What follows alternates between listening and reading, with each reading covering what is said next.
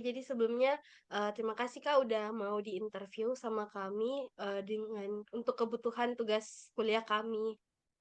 Jadi perkenalkan saya Afifah dan ini ada teman saya yang namanya Devi, Ella, dan PJ. Salam kenal Kak. Salam kenal semuanya juga. Thank you. Aku langsung mulai aja ya Kak. Iya, Jadi nggak apa-apa. pertama aku mau nanya, bentar. Kalau boleh tahu awal mula Kakak bisa berkarir di Aussie tuh gimana sih Kak ceritanya? Jadi pertama kali bisa memulai kehidupan yang baru di Aussie itu waktu lulus dari SMA. Kebetulan bapak saya itu lagi studi di luar negeri. Terus saat itu juga saya dapat beasiswa afirmasi untuk pilihan mau sekolah keluar Papua di daerah Jawa. Cuman karena pada saat itu bapak saya lagi sementara posisinya di Australia, saya pun ambil keputusan, kenapa saya tidak keluar aja ya, coba-coba aja nih. Nah, akhirnya pada saat berhasil keluar ke sini, akhirnya saya pun memulai aktivitas di sini tuh bukan hanya kuliah, tapi memulai dari bekerja. Dan akhirnya setelah beberapa bulan pun saya start kuliah tanpa ada beasiswa ikatan dari universitas manapun karena saya pure pergi ke sini hanya dari berawalnya cuma ikut bapak saya, keluarga saya juga, terus berlanjut kepada kerja dan akhirnya pun kuliah. Terus aku boleh tahu nggak, selama Kakak kerja di sana, ada nggak sih perbedaan latar belakang budaya yang kentara banget antara pekerjaan culture budaya di Aussie dan di Indonesia? Yes, kebetulan karena saya sendiri kerjanya di sebuah pub atau hotel yang berlandaskan yang kerja orang-orang Australia semua. Jadi perbedaan kulturnya tuh kentara sekali, khususnya karena di Australia sini mereka kan punya slang words-nya yang sangat-sangat kuat atau mereka punya norma sosialnya tuh sangat berbeda dan bahkan mereka punya aksen saja itu udah beda banget. Jadi mau mengerti apa yang mereka ngomong pun itu sudah sangat-sangat berbeda dari hal yang paling mendasar seperti komunikasi. Oke. Nah, terus untuk kalau dari segi pekerjaannya nih, ada nggak sih yang kayak berbeda banget? Contohnya nih, kalau di Indonesia mungkin lebih eh, kayak misalnya nih ada kayak udah ditetapin jam kerjanya sekian, terus kayak ternyata ada yang lebih ngaret. Kalau di sana ada nggak? Atau kalau nggak, contohnya kayak di Jepang kayak kebiasaan bagi-bagi kartu nama untuk memperluas relasi kayak gitu ada nggak sih Kak? Iya, kalau perihal dengan manajemen waktu di sini tuh time management sangatlah penting. Dan itu salah satu culture shock yang juga saya dapatkan setelah mulai bekerja di sini. Karena namanya kalau kita mau ngabsen masuk kerja aja, terlambat 3 menit itu sudah dibilang kita terlambat. Jadi dapat laporan gini gini gini gini. Jadi peraturan utama kita juga kalau di pekerjaan itu harus datang selalu wajib 15 menit sebelum kita punya jadwal pekerjaan kayak kita punya shift dimulai kayak gitu. Dan kalau perihal lain seperti bagi-bagi kartu nama sih iya, di sini tuh sangat-sangat profesional dan mereka tuh sangat menjaga mereka punya privacy. Jadi kalau mau berkaitan dengan punya nomor kontak atau apa, mereka tuh kayak punya kartu nama atau kayak buku yang khusus isi nomor HP untuk orang ini kayak gitu-gitu. Terus kalau tantangan selama Kakak bekerja di sana itu apa aja sih yang pernah Kakak alamin? Terus gimana cara Kakak ngatasin masalah tersebut?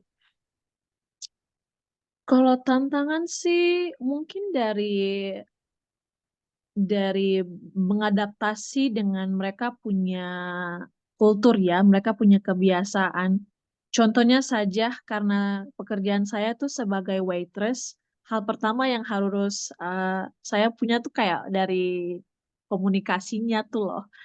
Susahnya tuh karena mereka punya slang words yang mereka pakai, apalagi kalau mereka udah pakai, mereka punya aksen yang gede, Mai, kena gede ini, aduh itu udah parah banget.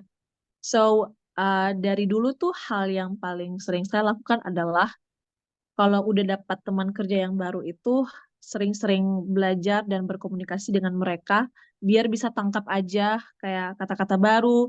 tambah-tambah vocabulary baru. Terus kalau dari sisi lain mungkin em, apa ya? Oh, mungkin dari di sini tuh kehidupannya tuh full kerja kerja kerja kerja, jadi nggak ada break sama sekali. Dan hal yang saya pelajari adalah di sini kita harus pintar mengatur kita punya waktu dengan baik, biar bisa balance antara kita punya kehidupan perkuliahan, pekerjaan, tapi kita punya hari istirahat juga. Oke. Karena bahkan hari Terus Minggu pun gimana? mau, oh sorry, Lanjut lanjut aja Kak. karena bahkan seperti hari Minggu pun itu mau pergi ibadah pun nggak bisa karena mereka tuh kayak pressure kerjanya tuh keras sekali kayak di Jepang, di Korea. Makanya angka banyak employers yang stres itu karena berlebihan pekerjaan kayak gitu. Oke. Terus gimana cara kakak ngebangun hubungan yang baik dengan teman kerja kakak walaupun memiliki budaya yang berbeda dengan kakak? Oke, eh, kalau yang pertama sih sifat yang paling mendasar harus punya sifat yang sangat bubbly. Of course, lebih bagus punya attitude yang baik biar kita diterima sama lingkungan dan juga punya willingness to learn, ingin belajar, kayak kita tetap humblekan diri aja. Karena pastilah mereka tahu kita datang dari internasional tempat yang lain, kita juga beda culture, tapi kita tuh tidak kita datang kepada mereka punya punya culture dengan rasa humble dan tidak menjudge mereka, melainkan mau mencoba biar bisa uh, menyatu juga dan bekerja, tapi di antara mereka punya kebiasaan dan budaya di situ. Terus kalau dari pengalaman kakak sendiri selama udah berkarir di Aussie, apa sih hal yang Mhm. paling kakak sukai dari culture-nya mereka? Senang sekali semuanya tepat waktu ya. Tidak melorot kalau mau pergi ke sebuah kayak event atau kalau diajak pergi kemana-mana tuh udah diajar sini tentang time management. Yang kedua itu juga tentang perihal public transportasi. Di sini transportasinya tuh lancar sekali. Terus apa lagi ya? Orang-orang di sini tuh juga tadi pertanyaan tentang hal yang disukai juga ya kan? Ya, hal yang Nah, disukai. di sini tuh orang-orangnya tuh sangat menghargai namanya privasi. Jadi kalau misalnya ada apa tuh mereka tuh orangnya bukan sok tahu. Jadi kalau misalnya ada berhalangan karena sesuatu tuh mereka punya society tuh nggak terlalu kayak yang terlalu kepoin sampai mau tahu-tahu atau terlalu banyak ngomong di belakang kayak gitu-gitu. Karena masing-masing orang di sini tuh menghargai mereka punya privacy. Terus dari transportasi tadi saya sudah jelaskan, terus time management. Sama mungkin hal yang saya sukai adalah karena waktu saya pertama kali ke Aussie, di sini itu anak-anak di bawah umur 18 tahun itu udah diizinkan buat bekerja. Kayak di McDonald's, di KFC, fast food. Sedangkan kalau misalnya balik ke Indo itu malah saya lihat selalu persyaratannya harus at least S1 dulu, 25 tahun dulu baru bisa kerja. Sedangkan di sini teman saya pun yang umur 14 tahun udah start bekerja. Jadi macam kayak uh, punya opportunity untuk bekerja dari masih muda tuh ada dan mereka diajarkan untuk bekerja keras cari uang dari sini tuh udah dari pada saat kita masih remaja kayak gitu. Oke.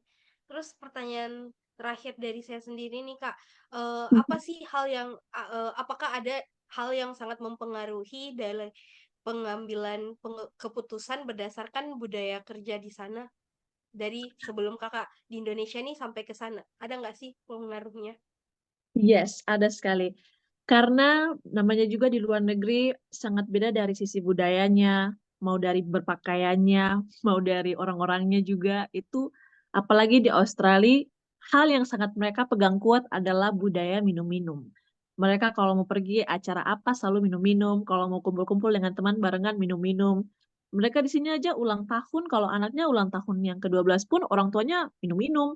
Jadi uh, apalagi tempat yang saya bekerja itu sebuah pub di mana minuman koktail atau orang-orang nakal tuh memang banyak dan sangat-sangat mempengaruhi saya juga sih.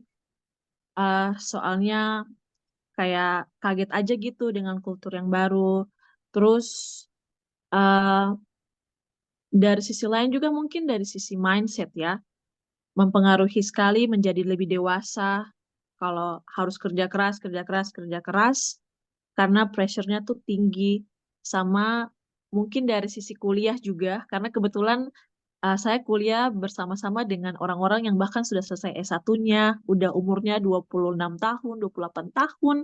Jadi pengaruh dari lingkungan tuh sangat-sangat kuat buat saya. Akhirnya berubah total dari sisi mindset saya, tapi juga kayak budaya di mana mereka selalu kayak ajak ajak keluar, ajak foya-foya, palingan ajak untuk kumpul-kumpul, buang-buang uang itu sangat berpengaruh sekali. Sampai kadang mau save up juga tuh harus kayak harus berani bilang tidak, tidak kayak gitu. Yang mau ditambahkan nggak? Atau cukup? Kalau saya cukup ya. Cukup, Kak. Kalau gitu terima kasih Kak untuk It's kehadirannya okay. udah mau diinterview juga.